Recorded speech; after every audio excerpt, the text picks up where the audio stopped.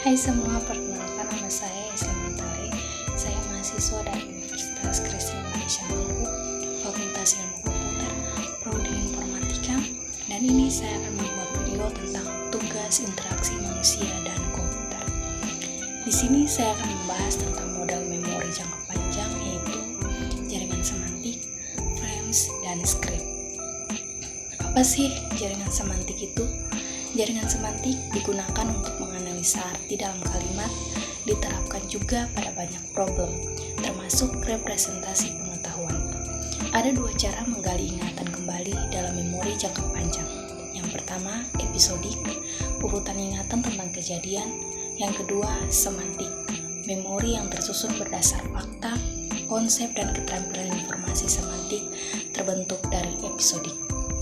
Model jaringan semantik. Yang pertama, turunan, simpul akan membawa sifat induknya. Yang kedua, ada hubungan yang jelas antar bit informasi. Yang ketiga, jika masalah bersifat umum, maka hanya memerlukan sedikit rincian. Tetapi, jika ternyata yang diingat itu banyak, maka hal-hal lain akan dilibatkan. Yang keempat, jaringan semantik ini disajikan di dalam bentuk graf berarah. Contoh model jaringan semantik. Contoh, informasi mengenai Didi sebagai node induk dari Nidi atau node. Berbagai informasi bisa diingat dalam memori jangka panjang. Coba perhatikan contoh tersebut dalam bentuk atau model jaringan semantik pada gambar berikut. Yang kedua, ada frames. Frames adalah bingkai, kerangka, rangka tubuh, list, kusen, tulang, bangunan, bagan, dan keadaan model lain memori jangka panjang. Frames atau kerangka bingkai, informasi diorganisasikan dalam struktur data. Slot dalam struktur diberi nilai dengan nilai-nilai tertentu untuk data yang diperlukan. Contoh frame dapat dilihat pada gambar. Yang ketiga, ada script.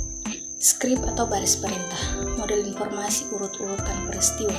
Script menggunakan slot yang berisi informasi tentang orang, objek, dan elemen-elemen dari script adalah input condition atau kondisi input, kondisi yang harus dipenuhi sebelum terjadi atau berlaku sesuatu peristiwa dalam script. Yang kedua, ada thread atau jalur variasi yang mungkin terjadi dalam suatu script. Yang ketiga, prop, pendukung, berisi objek-objek pendukung yang digunakan selama peristiwa terjadi.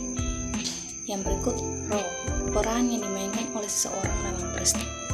Dan yang terakhir, scene, adegan yang dimainkan merupakan bagian dari suatu skrip terjadi. Contoh skrip, yang pertama jalur atau track, praktikum di laboratorium fisika dasar. Yang kedua, role, peran, praktikan asisten. Yang ketiga, prop, pendukung, lembar data, kertas, pulpen, buku petunjuk, kertas tugas, LP atau laporan pendahuluan, lembar nilai, kartu praktikum, alat-alat yang digunakan saat praktikum. Yang keempat, kondisi input, praktikan terdaftar untuk mengikuti praktikum di laboratorium fisika dasar. Adegan 1, persiapan asisten. Yang pertama, asisten menyiapkan soal tes pendahuluan. Yang kedua, asisten menyiapkan lembar data. Yang ketiga, asisten menyiapkan buku petunjuk. Yang keempat, asisten menyiapkan lembar nilai. Yang kelima, asisten menyiapkan alat-alat yang digunakan. Adegan 2, praktikan masuk ruangan. Yang pertama, asisten mempersilahkan praktikan masuk. Yang kedua, asisten meminta laporan pendahuluan. Yang ketiga, asisten meminta kartu praktikum. Yang keempat, asisten membagikan soal tes pendahuluan. Yang ketiga, adegan 3, praktikan mengerjakan soal TP atau tes pendahuluan. Yang pertama, praktikan menulis identian di lembar jawaban. Yang kedua, praktikan mengerjakan soal tes pendahuluan. Yang ketiga, praktikan mengecek jawaban. Yang keempat, asisten melihat identitas praktikan. Yang kelima, asisten memeriksa tugas laporan pendahuluan. Yang keenam, asisten menandatangani praktikum. Adegan 4, praktikum telah selesai mengerjakan tugas pendahuluan. Praktikum mengumpulkan tugas tes pendahuluan. Praktikum menulis lembar data sebelum praktek. Asisten memeriksa tugas tes pendahuluan. Asisten memasukkan nilai ke lembar nilai. Asisten mengabsen praktikan. Adegan 5, praktikan memulai praktikum. Praktikan memulai praktikum fisika dasar. Praktikan melihat buku petunjuk cara praktek. Asisten mengarahkan praktikan.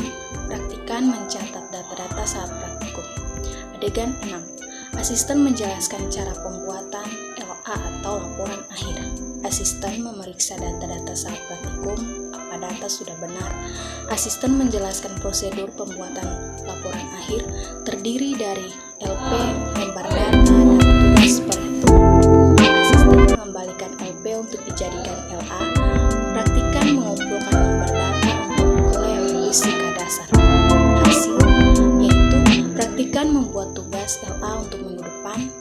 Praktikan memahami praktek fisika dasar. Praktikan merasa pusing. Praktikan telah menjalankan tugas praktikum di laboratorium fisika dasar. Berikut adalah referensi yang saya gunakan. Sekian dan terima kasih.